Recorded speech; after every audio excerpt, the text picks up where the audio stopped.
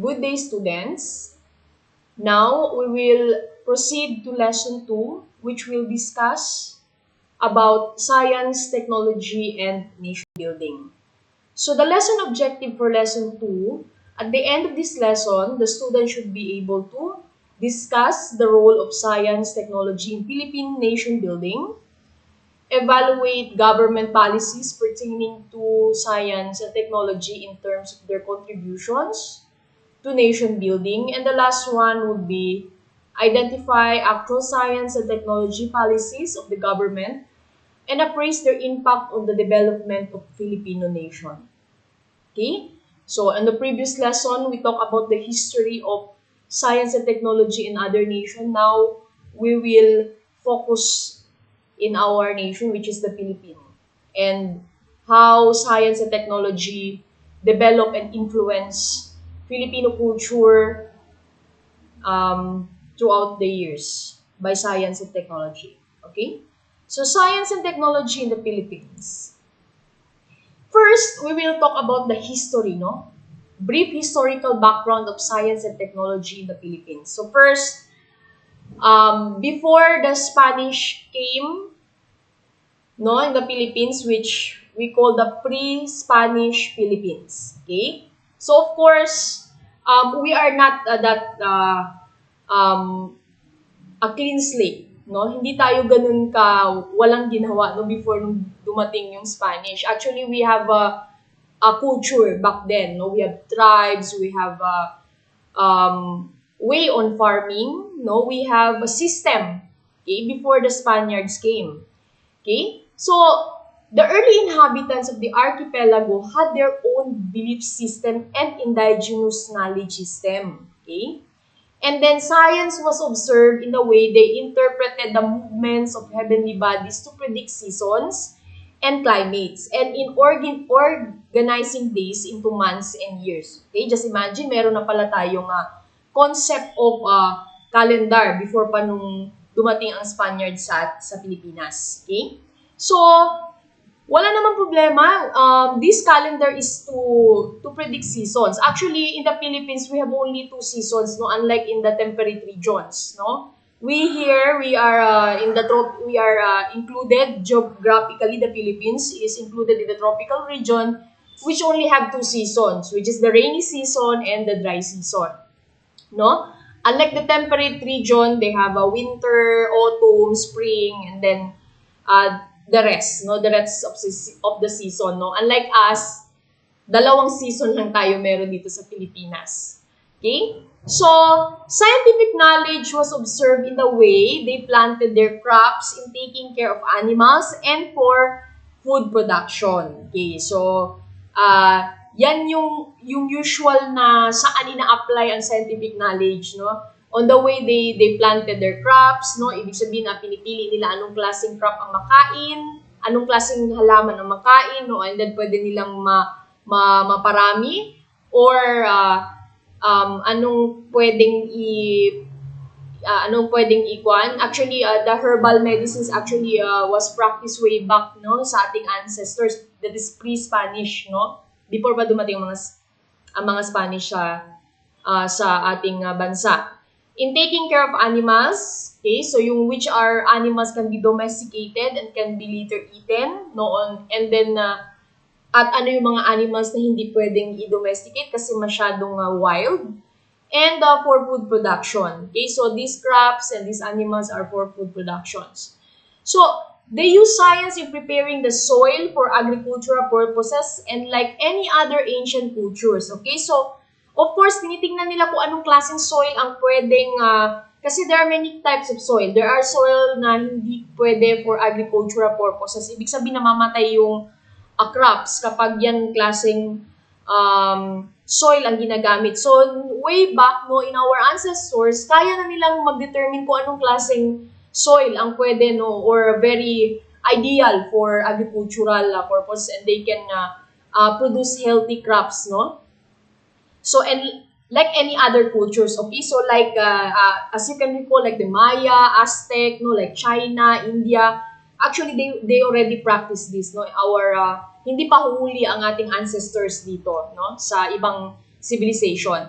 So even though no ang kwan natin, ang mga ancestors natin ay tribes lang if you will compare it to other civilization, but then hindi tayo pahuli sa knowledge no in when it comes to agricultural purposes. So they also discovered the medicinal uses of plants. So as I've said, no, yung planted their crops, hindi lang crops to no, like rice or corn, no, hindi lang ganon.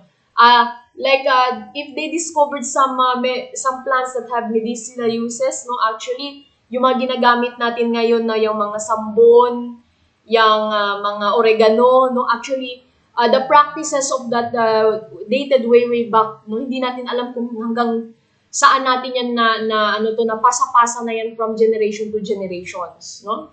So malay natin that yung practices natin na gumagamit ng herbal medicine comes way back no before pa ang mga Spaniards dumating dito sa bansa. Okay, so this an example no of our ancestors, no. They usually use bahag, no, and then there are tribes na sa mga women, no, hindi gumagamit talaga ng upper no to cover the bosoms. Okay? So there are tribes also. Just remember class na yung kuan natin ang ating bansa is I know that you know that geographically we are separated no because we are composed of many islands. That's the reason why we are called archipelago, because we are composed of many islands. Okay? So in these islands there are many tribes by tribes. Okay? So by tribes, each of the tribes have their own practices, no, and beliefs, no. But there, of course, they have similarities also. Okay, so one of the similarities is the character, no, the character that is used, no, for writing. That is what we call the alibata. Okay, so this is one of the common grounds, no, when it comes to the tribes, no. Okay, so maybe one tribe have this is writing using alibata, and then the other tribe is using similar to this also. Okay, hindi talaga nagkakaroon ng difference. So for example of that is like what we have discussed, no, yung Aztec and the Mayan civilization. So nakikita nyo naman yung calendar na ginagamit nila, it's very similar to each other because geographically it's malapit lang sila kasi South America lang naman ang Aztec pati ang Mayan civilization. So no wonder maybe ang Aztec ba ang naghiram ng idea, no, calendar idea sa mga Mayans, or ang Mayans sa Aztec. Okay? So it's the same, no? So they develop tools for planting, hunting, cooking, and fishing, no, for fighting their enemies during war or tribal conflicts. So ibig sabihin, nagkakaroon din pala ng tribal conflicts dati, no, even though we are separated by geographically. So nagkakaroon pa rin ng tribal conflicts. So they also develop technologies in creating musical instruments. Of course, hindi lang lahat puro war. Meron din silang leisure, no? So this is that's the reason why they created the musical instruments. So the Metal Age has a significant influence on the lives of early Filipinos. So yung Metal Age class, no, kasi nung discover na nila how to use and bend metal, of course nag-start talaga to siya sa how to develop ang mga swords, no, kasi mas sturdier siya kaysa sa mga the previous hunting or fighting mga mga weapons nila, no. So when the Metal Age came in our country, nagkaroon na ng mga swords, no. So I know that you're familiar with the swords of the early Filipinos, okay? And then sophisticated designs of gold and silver jewelry, okay? So actually class, no, yung coins natin dati is hindi gawa sa copper or nickel kagaya ngayon. Mayaman ang Pilipinas dati kasi ang sa sobrang abundant natin sa mineral of gold and silver, pati ang ating currency is made up of gold actually. So of course, not only in the currency, no, kaya nga gustong-gusto ng ibang civilization. Actually, we have already we have already relationship to other civilization noon na before the Spanish came to our country, like Japan, China, okay? So, gustong-gusto yan ng mga Japan and Chinese na makipag-exchange ng goods sa atin kasi kapalit ng kanilang, kapalit ng kanilang mga pots and plato and other wares is just imagine gold, okay? So, ganun ka-abundant yung gold natin dati. So, gustong-gusto yan ng mga Chinese and Japanese and other civilizations, the Indians also, no? Kaya gustong-gusto yan nila kasi ang gold kasi sa kanila is very, very expensive. Sa atin parang chill lang tayo niyan kasi ang dami nating gold. Okay? Ganyan kayaman ng Pilipinas. Okay, and then we have ceramics, no? That is, of course, yung technology ng ceramics is because of our relationship with other civilization na nakipag-exchange ng goods. And metal tools prove that their technological ideas help in the development of different tools. Okay, so this is an example of civilization that we have, no, before the Spanish came, this pre-Spanish, age. Okay, so we practice medicine, and then there's a healer, no, the tribal practices. So that is they're spears, no. Okay, so ganyan ang kuha natin dati. Okay, so this is an artwork, no, that depicting what the practices of Filipino, early Filipinos. Okay.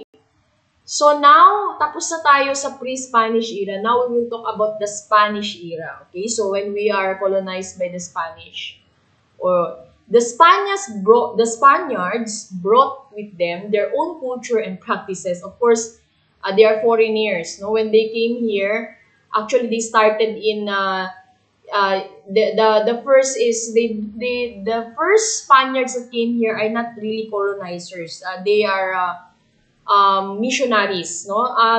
These missionaries, their mission is to convert, no, people to Christianity or to Catholicism.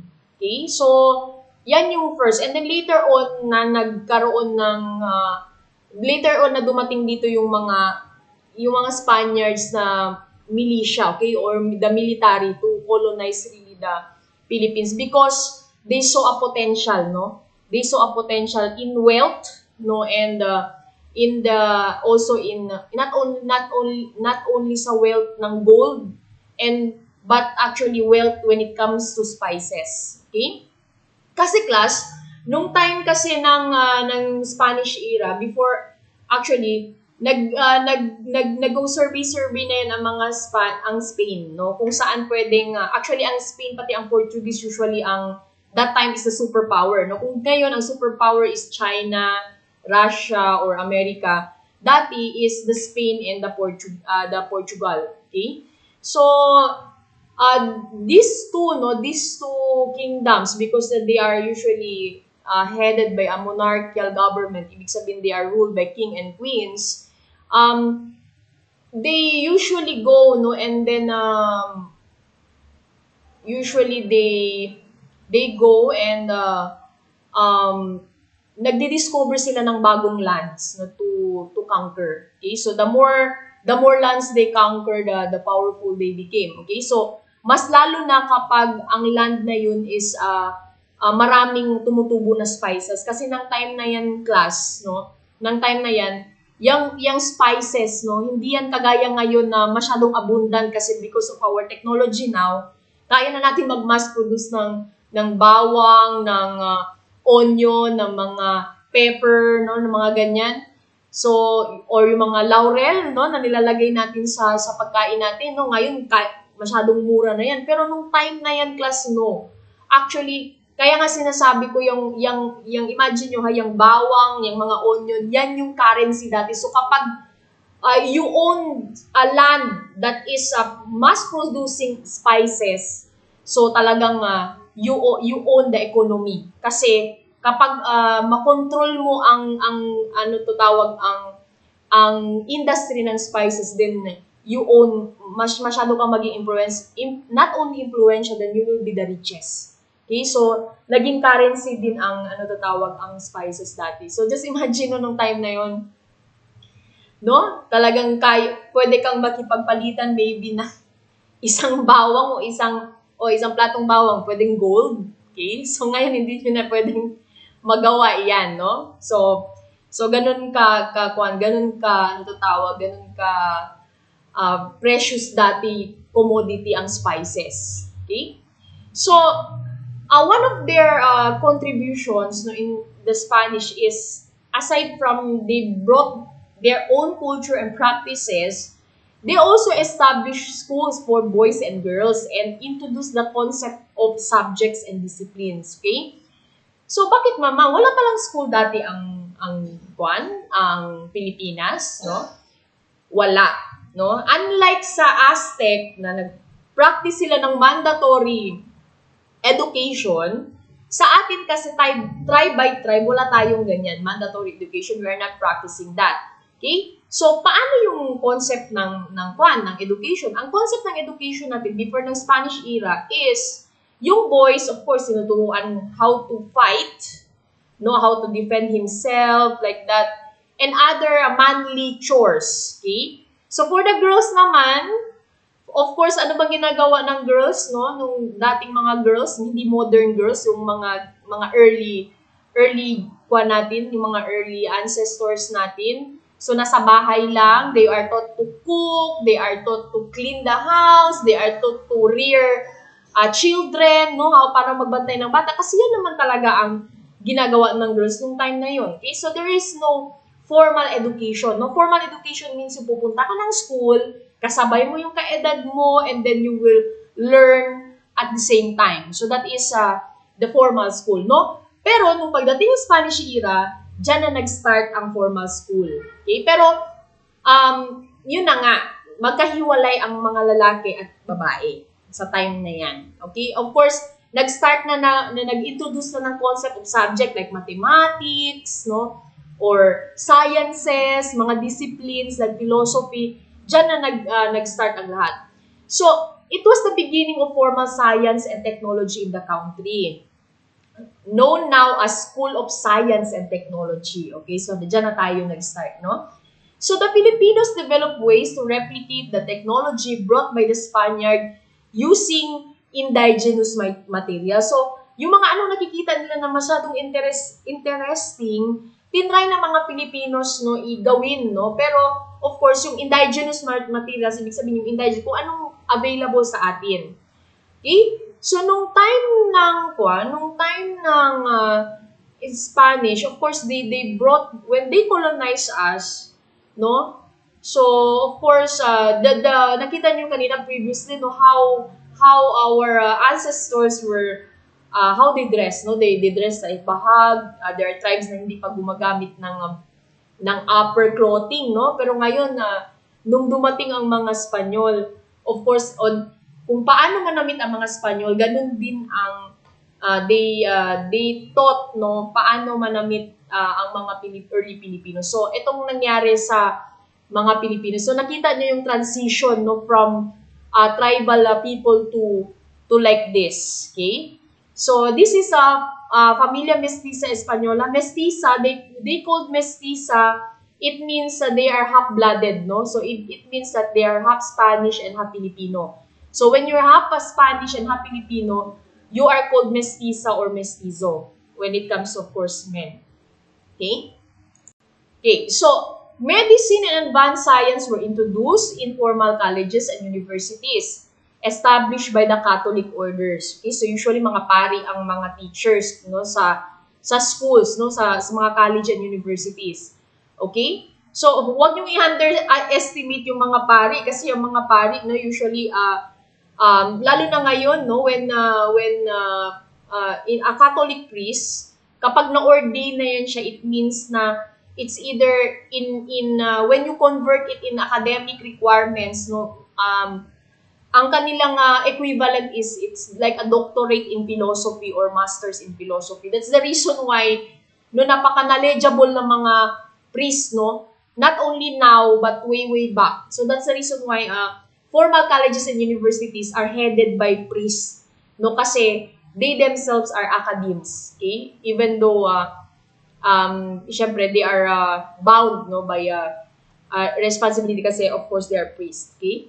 And then they have the galleon trade, no, that brought additional technology and development in the Philippines. So the galleon trade is trade, no?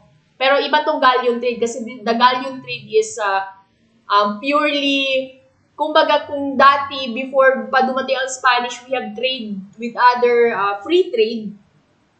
Free trade means it's free, you know, walang kwan. The galleon trade is controlled by the Spanish or the Spain, okay?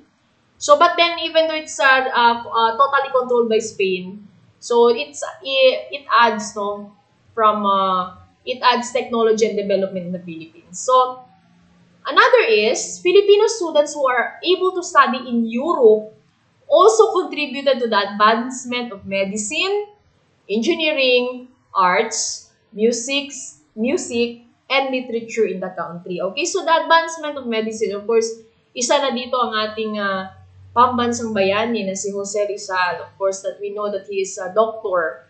Okay? So, but then, of course, hindi lang basta-basta Filipino students to. Ito mga Pilipino na may kaya, mga mayayaman. Okay? So, sila yung, kung kaya nilang, they can bring their children to Europe then, okay, to study medicine, engineering, and arts, and music, and literature, then they can. So, pero, sadly, no, for the Filipino students on that time that you are you're a low income household, then you cannot do that. Okay? So now, tapos na tayo sa Spanish era. Now we will go to the American era. Okay? So the Americans established the public education system and improved the engineering works and health condition of the people. Okay, so now, natapos na after 300 years. Okay, so kasi na-under tayo sa Spanish era ng 300 years, no? That is 3 centuries, no? For every century there's 100 years. So 300 years. Okay? So, bakit pala dati nung Spanish era wala bang public education? Public education means free education for all. Okay? So, yan ang ibig sabihin niyan. So, bakit wala bang public education dati? Wala. Okay? Diba, as I have told you, yung mga may kaya lang ang pwedeng mag-aral. Okay? So, kung may kaya lang ang pwedeng mag-aral, mas lalong mayayaman na talaga ang pwedeng ipadala ang kanilang children papunta sa Europe. Okay? So, just imagine, ang ating pambansang bayani, nag-aral siya sa Spanya. So, it means, his family is a really well-to-do family. One of the well-to-do family in his place. Okay? So, buti na lang, pumasok ang Americans and then they gave the idea, the concept public education, a free education to all. Okay? So, kaya nga meron na tayong DepEd. Okay? So, because that is a government-funded agency, no, na mandated to give free and quality education for all, okay? So, pero kung may kaya-kaya ka, then you will go to Ateneo, you will go to Pilar College, okay? So, yung mga talagang mga well-to-do, no, na mga schools, okay? So, and not only public education, they also give public health condition like public hospitals, okay? So, for the people. And then, another is they reorganize the learning of science and introduce it in public and private schools. Okay? So, of course, may science and technology na din na introduce ang Spanish natin. Pero, of course, iba-iba kasi yan per lugar. Okay? So, now they reorganize. No? Reorganize nila yung learning ng science. And then, inintroduce nila sa public and private schools. Okay? And then, they also established a modern research university in the University of the Philippines. Okay, so ngayon, nandyan na ang pag-establish ng University of the Philippines. One of the first public schools or public college, no, it was established in the American era. Okay? So, they created more public hospitals than the former colonial masters. Okay? Makamasa masyado ang American, no? Kasi Talagang gusto nilang i-cater kahit yung mahirap. So, also, the mineral resources of the country were also explored and exploited during the American time. Okay, so ito talaga ang actually isa kung ang Spaniards pumunta dito dahil because of our the gold, no? Actually hindi lang yung gold, yung mga ating mga quality wood, no? Like the kamagong, no? The iron wood na almost hindi talaga masyadong matibay na wood yan, hindi yan almost inaanay. Okay? So, yung mga ganun, kasi ang Spanish kasi dati mahilig sa mga ganyang wood. Actually, ngayon, ang kamagong is very, very expensive already. And, that species of tree was almost wiped out and extinct because of overexploitation and illegal logging. Or maybe, sa time ng Spanish, hindi yung illegal kasi, of course, they are the one who ruled, so legal yun. So, ngayon, naman, nandito, dumating ang American, they exploited also our mineral resources. Okay? Kasi ang dami nating minerals din also. So, yan. So, kaya wag na kayong magtaka kung bakit ganito na ang nangyayari sa ating environment dito sa Pilipinas kasi ever since Spanish and American era ay sila yung nag-exploit nung ating minerals aside sa atin. Okay, so this is a picture of a children, no, na may teacher na American, no? So they reorganized, no, yung concept ng science and technology sa public and private schools. Okay, so these are the children, no, the early childrens that were taught, no, that time. So ma'am, bakit parang medyo modern na? Of course, this is medyo modern na to kasi this is a 19th century na to, 1940s na to siya. Okay, nung dumating ang Americans dito. Okay? So, yan yung kwan dyan. May blackboard na ma'am, oh. Tingnan mo, parang masyado nang similar sa classroom setup ng modern times. Yes, because that is only the 1940s. Okay, malapit lang yan sa 2000, the 20th century. 19th century and the 20th century that came after. Okay? Okay, and then another is, the transportation and communication systems were improved, though not accessible throughout the country. Okay, so nung time na yun, nag-start na magkaroon ng mga cars, no, na that is driven, meron ng technology ng cars, no, actually. Of course, that's the time, the World War II, may mga eroplano na cars pa. Okay? So, in this time also, the Protestant church mission in different places in the country also brought hospitals and schools to far-flung areas. Okay. So, dati kasi, no, aside sa Islam and the majority of the Catholic people, dinala ng Americans dito ang Protestant church. So, sila yan ang nagkuhan dyan. So, of course, ano ba yung mga Protestant church? Mga Christians din yan sila, like the Roman Catholic, but of course they do not they do not recognize the Vatican or the Pope as their head. Okay, so yan yung pagkakaiba niyan. So meron yan silang sariling may sariling head yan sila per church. No, even though we are all Christians, but that's the reason they called Protestant because they protested, no, from the Catholic Church. Kasi ang first Christians naman kasi is the Catholic Church. So, that's why they called Protestant. Okay?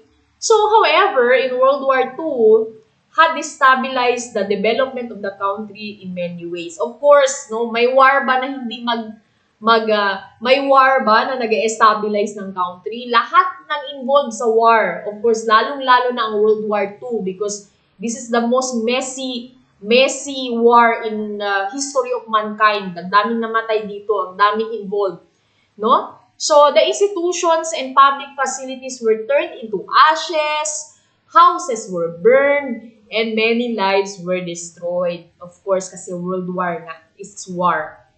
A World War, it means the world is on war. Okay? So, yan ang nangyari, ang daming kasi yung Japanese naghuhulog na ng mga bomba, no? So, ang daming bahay na sumabog, ang daming pinatay, no? So, since the establishment of the new republic, the whole nation has been focusing on using its limited resources in improving its science and technological capability. No? So pagkatapos ng war, no? Pagkatapos ng war, nag-focus na ang daming nasira sa atin actually, nasira ang city natin. Of course, yung mga resources natin na-exploit ng ibang tao. So kung ano na lang yung natira sa atin, doon na lang tayo nag-focus, no? But then, nagkaroon na tayo, even though it's not really, it's not really totally independence, but then, doon na tayo hinay-hinay, we pick up what is left, no? What is left on the Philippines, okay? So, just imagine, nung after World War II, actually, after World War II, hindi pa tayo nagkaroon ng, hindi pa tayo talaga in control of our government. So because there are two terms of Commonwealth government. So Commonwealth government, which is first led by Manuel Quezon. Okay, so the President Manuel Quezon. Actually, the Commonwealth means even though we have a president, but then the Americans still have an influence, no, on how we run things in our country. Kaya nga Commonwealth. Pero later on after two years, two presidents, nagkaroon na tayo ng nagkaroon na talaga tayo ng independence, total independence, no? So, ma'am, ano palang nangyari doon kay Juan sa first president natin? Si Emilio Aguinaldo na nagwagayway ng watawat. Okay? Hanggang doon na lang yun na nagwagayway ng watawat at nagsabi that we are totally independent but actually we are not. Okay? So, hindi. After nagkaroon lang tayo ng total independence that we run our own, that we run our own country after the Commonwealth government. So, dyan pwede na nating matawag na that we have really 100% maybe control in our country. Okay? So, but yet, no, nare-retain pa rin natin ang ating, nare-retain pa rin natin yung idolism natin sa mga Americans, no? Which is, sana, hindi naman ganun. We need to love our country as it is, no? Not, we idolize somewhere or foreign people that is really not 100% hard on us, no? There's only, we are the only one. The Filipinos must have his whole mind and whole heart devoted and loyal to the Philippines and the Filipino people. So, dapat ganyan. Okay? So, now, nag-end na tayo sa American era. Okay? So, ganun na. Now, we will talk about the government policies on science and technology. So, of course, meron na tayo. Establish na tayo ng government, our own government. Of course, we need to establish also a policies with regards to science and technology. Kasi, if the government will not make a policy or hindi gagawa ng law ang government for the improvement of science and technology, then wala lang yan. Okay? So, it needs to be made a law. Kasi para sundin, no? Kasi kapag walang law, hindi susundin. Kapag walang law, walang programs, walang projects, walang budget. Okay? Kailangan may law kasi para may budget yan. Okay? So, the Philippine government introduced and implemented several programs, projects, and policies, to boost the area of science and technology.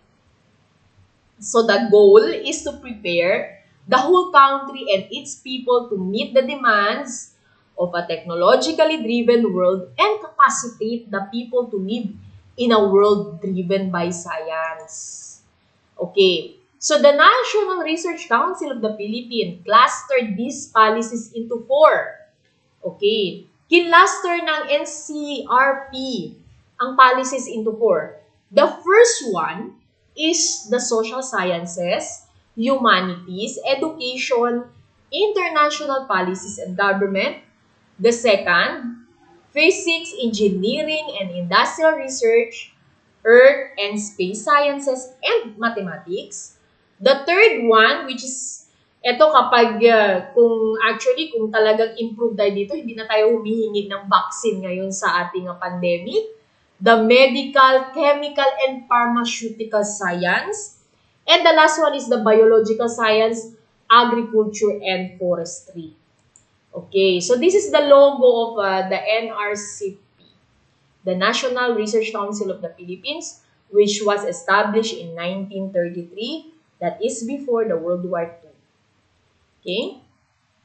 Okay, so there's also other existing programs supported by the Philippine government through the Department of Science and Technology. So ito importante talaga to kasi nagkaroon na talaga ng separate department that is only focusing on the improvement of science and technology. So yan na, yung Department of Science and Technology. So ang mandate niya, anong ibig sabihin ng mandate? Ibig sabihin itong trabaho ng DOST ha, isa dito is to provide funds for basic research and patents related to science and technology. Okay? So ibig sabihin kailangan nilang mag-provide ng funds, no? Of course kasi kung magre-research ka and magpapatent ka, you need, of course, that's reality, you need money. So, itong trabaho ng DOST. Another is to provide scholarship for undergraduate and graduate studies of students in the field of science and technology. No? Sadly, class, no, aside sa mahirap ang mga courses ng under sa science and technology, lalong-lalo na yung mga pure science, natural science, it is expensive, no? Expensive. Ma'am, expensive. Meron namang school na, public school, state colleges and universities na nag-o-offer ng mga sciences. Hindi naman malaki ang tuition. No, I am not talking about tuition. I am talking about yung mga projects na gagamitin, the research na gagamitin ng estudyante, it needs funding, no? Hindi lahat kayang maka-afford, no? Hindi, kahit even though may mga students na they really want to pursue a course that is in the field of science and technology, but sadly they cannot because they cannot afford it. Okay, so ito ang ginagawa ng DOST. Pina-fund nila yung mga student for scholarship. Okay? And then another one is establishing more branches of Philippine Science High School System. Okay, so itong Philippine Science High School System, meron tayo dito sa Zamboanga. Are you familiar with the Regional Science High School na nandyan sa San Roque? Na naririnig nyo na ang mga bright lang ang makakapasok. Yan ang isa sa mga Philippine Science High School System. So, ibig sabihin, ang mga students na in the future, who is interested in pursuing science profession, dyan nag-aaral. Okay? Kasi, yung high school system na yan, talagang nagpo-focus talaga sa science and technology. Okay? So, sa future, magiging engineers din sila and scientists. So, kaya nga mahirap din kaya nga may mini-maintain na grade sa regional science high school, no? Diyan, okay? So this is the logo of DOST. Okay, so I know that you're familiar with this, the DOST. Okay, so parang nakita ko na yan somewhere, ma'am. Yes, parating nyo yung nakikita, no? Just be observant. Okay. Okay, so another is the Balik Scientist Program to encourage Filipino scientists abroad to come home and work in the Philippines. Okay, so itong problema natin ngayon, nagkaroon tayo ng brain drain noong 90s. No? What does it mean, brain drain, ma'am? Lahat ng ating mga professionals, mga scientists, mga teachers, mga engineers, no? Since wala namang working opportunity dito sa ating bansa at kung may working opportunity naman, they are underpaid. No? Underpaid, it means maliit masyado ang sweldo. So, ang ginagawa nila, nag-aalisan sila at nagmamigrate sa ibang bansa. No? They practice their specialization there. And then, of course, that is the loss of the Philippines. Okay? So, that's the reason why in this in this the current government now, our President Duterte signed the Balik Scientist Program law. No, it means that it encouraged Filipino scientists no from abroad para umuwi na. Kasi the government will compensate according to their skills and specialization. Basta umuwi lang sila. Okay? So, ito yung kwan dito, ito yung masaklap sa nangyari sa atin. Kasi yung mga nurses, yung mga doktor natin, ayaw na dito magtrabaho. Kasi nga, hindi nga na-compensate accordingly. Okay? So, another is, developing science and technology parks in the academic campuses to encourage academe and industry partnership. Okay, so, ito, nagkakaroon na ng collaboration ang UST actually sa iba't ibang academic campuses no, sa mga schools. No? And then, the establishment of the National Science Complex and National Engineering Complex within the University of the Philippines campus in Diliman. Okay, so merong establishment of this group, this organization sa loob ng UP Diliman. So, I think this is the main parang office, something na pupunta lang yung regions dyan sa main campus no, to talk about something or to collaborate what may be the mandate of this organization. Okay, the Philippine American Academy of Science and Engineering or the PAASE 2008 identified several capacity building programs such as establishment of National Centers of Excellence. So, ano man yan, ma'am, ang establishment of National Center of Excellence? So, ito yung mga pag-identify no, na mga mapa-private man or public schools no, that offers a course. No? So, for example, like the WIMSU, they are the Center of Excellence, no? Center of Excellence when it comes to providing education or education-related course. Okay? So, they are given that, no? Sasabihin sila, oh, eto, ang education ng WIMSU is the Center of Excellence. Okay? So, para alam ng mga estudyante or alam ng mga tao na ito palang course na to, ang pinakamaganda na eskwelahan magbibigay nito is this particular school. Okay? So, meron yan siyang list no, ng mga schools and then ano yung mga program nila that they are Center of Excellence. Okay? So, actually, may dalawa yan. Center of Excellence and the Center of Development. Okay? So, when it comes to in Zamboanga City, nasabi ko na no, the Western Mindanao State University is Center of Excellence when it comes to providing the education courses. Another Center of Excellence in Zamboanga City State of Marine Science and Technology when it comes to their Bachelor of Fisheries and Marine Sciences. Okay, they are Center of Excellence also.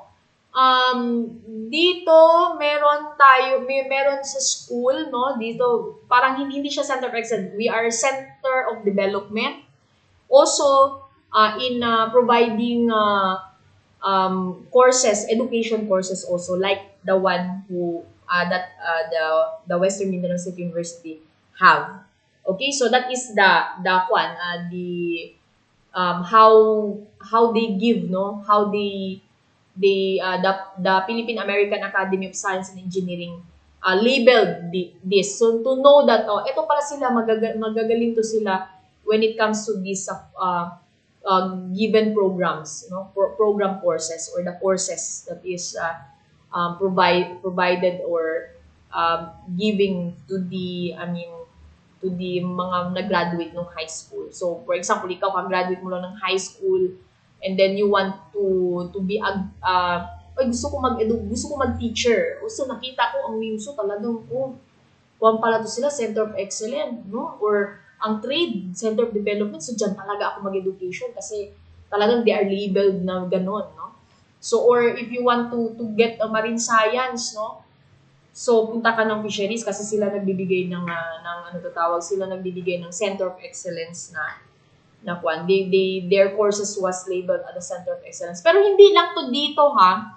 Hindi lang to dito sa Zamboanga. Actually, that is to the whole, ano to tawag, whole country and the universities and the, ano to tawag, yung mga state colleges, no? And the private schools. Lahat yan, merong ganyan. No? So, actually dito sa atin nga, iilan lang and then per course lang. Pero actually, kung pagdating sa UP Diliman, ang Center of Excellence, parang wala na lang yan sa kanila kasi parang per course, lahat ata ng course na binibigay nila, lahat Center of Excellence. Okay? So, parang kuha na lang yan sa kanila, no? So, of course, we know that ganun talaga ang UP kasi yan ang ating pride, the University of the Philippines when it comes to academic, no? When it comes to school. Okay? So, manpower and institutional development programs such as the Engineering and Science Education Program to produce PhD graduates in Science and Engineering. Okay, so ito yung mga scholarships, no, na ino-offer ng UST. Kasi para mas maraming mag-masters and mag-pursue ng mga PhD degree when it comes to Science and Engineering. Okay? Kasi ang hirap kasi talaga ng mga courses na to, and then it really needs time, focus, and money. So, talagang ganyan. So, and another is establishment of regional centers to support specific industry. The establishment of science and technology business centers to assist, advise, and incubate technopreneurship ventures, and to strengthen science education at an early stage through the Philippine Science High School System. So, pinag-usapan na natin itong Philippine Science High School System. So, ang kanilang ang kanilang mandate, ang kanilang objective is to strengthen science education at early stage. So, that early stage is the high school. Okay? So, now, when we talk about the current education system. So, ngayon kasi may K-12 na tayo, no?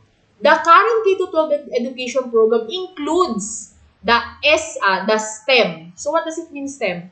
The STEM strand. Okay? The Science, Technology, Engineering, and Mathematics. Okay? So, ngayon kasi may K-12 na, so may mga strands na, like the STEM, like this, no? Or the GAS, or the ABM, no? Accounting, Business Management. So, meron na talaga specialization even though na hindi pa kayo nakagraduate ng, ng high school. So, that will guide you, no, to your college, how you will select, no, your course in the future or what you want to practice in the future, no, what profession you want to practice in the future. So, the Commission on Higher Education has launched its Philippine California Advanced Research Institute or the PICARI project to strengthen the STEM competitiveness of the country. So, ang STEM pala natin dito, yung STEM strand, hindi lang pala yung basta-basta ang CHED. No? Ang CHED is the Commission on Higher Education. The Commission on Higher Education, dyan under lahat ng colleges sa bansa. Lahat, mapa-private, mapa-public, lahat under sa Commission on Higher Education. So, hindi pala basta-basta ang pagkuhan ng STEM, no? The STEM strand. Kasi, it was backed up by the PICARI, the Philippine California Advanced Research Institute. So, may collaboration na within the Philippines and the California Advanced Research Institute to strengthen the competitiveness of the students, no? Of the students. So, the Philippine Congress has also created various laws related to science and technology. These laws vary according to different themes such as conservation, health-related, technology building, and support basic research, among others. Okay? Okay, so, of course, kakasabi ko lang that law and policies are very important. So, aside yung law natin, yung mga laws natin, no, sa Pilipinas, meron tayong mga other organization, international organization that is helping us, no, to establish our science and technology and science education. We have the United Nations, and then we have the UNESCO, the United Nations Educational, Scientific, and Cultural Organization, which is still under the UN, and the Association of Southeast Asian Nation or the ASEAN. Okay, so tayo-tayo nagtutulungan yan kasi under sa ASEAN, nandyan ang Malaysia, nandyan ang Vietnam, nandyan ang Taiwan, Thailand, Cambodia, no? So tayo-tayo na mga neighboring nations na tutulungan para sa ating improvement when it comes to science and technology. Okay, now we will move on to talking about our top 10 famous Filipinos in the fields of science. Okay. So, of course, no? Kasi, ma'am, ang dami ng, actually, kakastart 1933 pa nagkuha ng NCRT, no? And, meron na ba tayong mga scientists na tumutulong talaga sa natin, sa bansa? The answer is yes. Okay? So, now we will talk about them. Okay, so let's start with Ramon Cabanos Barba. Okay, so ano bang ginawa ni Ramon Cabanos Barba? Ito siya sa taas, no? This is actually organized, no? Since ito si Ramon Barba, this is Josefino, no, the second one, and the third one is the third picture, and the fourth one is the fourth picture. Okay, so in that order. So, Barba, no, contributed for his outstanding research on the tissue culture in Philippine mangoes. Okay, so tayo masyado tayong kilala, no, sa sa pag-export ng Philippine mangoes. Actually, kahit yung Pope, no, mahilig sa mangoes, no, lalo na yung Philippine mangoes sa Guimaras. Okay, kasi yun daw ang pinakamatamis na mango sa buong Pilipinas. So, of course, he is one of nag-contribute siya sa tissue culture, no, in the Philippine mangoes. And then we have Josefino Cacas Comiso, no, on his work on observing the characteristics of Antarctica by using satellite image. So, just imagine, no, ginagawa niya na yan. Yung tinitingnan niya na yung characteristics ng Antarctica by using satellite image. And then we have another one, Jose Behar Cruz Jr., known internationally in the field of electrical engineer and was elected as the officer of the famous Institute of Electrical and Electronic Engineering. So this is Jose Behar Cruz Jr. And then we have another, Lourdes Jansoy Cruz, notable for her research on sea snail venom. Okay, so ito yung contribution niya, no, about sea snail venom. Okay. Another one, we have Fabian Milardairit, no, for his research in herbal medicine, no, kasi maganda tong ginawa ni Dairit, no, kasi di ba, as I've discussed, in a very long time, we have before pa dumating ang Spanish, yung mga conquerors natin, nagpa-practice na tayo ng herbal medicine. Ngayon, itong si Fabian Milardairit, he already established, no, yung a research about the effectivity of these herbal medicines that we are using, yung mga anong dahon, kung effective ba to, kung ano bang side effect nito. So there is because of that, nagkaroon na ng scientific establishment sa herbal medicine na ginagamit natin dito sa Pilipinas. Okay, so thanks to Sir Fabian, no, Milardairit. Next, there is Rafael Dineros Guerrero III for his research on tilapia culture. Okay, so actually, tayo dyan, yung sa tilapia culture natin, maganda ang ating technology sa tilapia culture, no? Kaya natin magparami ng tilapia in a short span of time, or we have a technique, no, for the tilapia brooders, no, yung mga brooding stock, ibig sabihin yung mga nanganganak na mag-anak ng marami kasi para mas maraming tilapia. Okay? And then there is Enrique Mapua Ostrea Jr. for his invention of mochenium drug testing. Okay, so yan.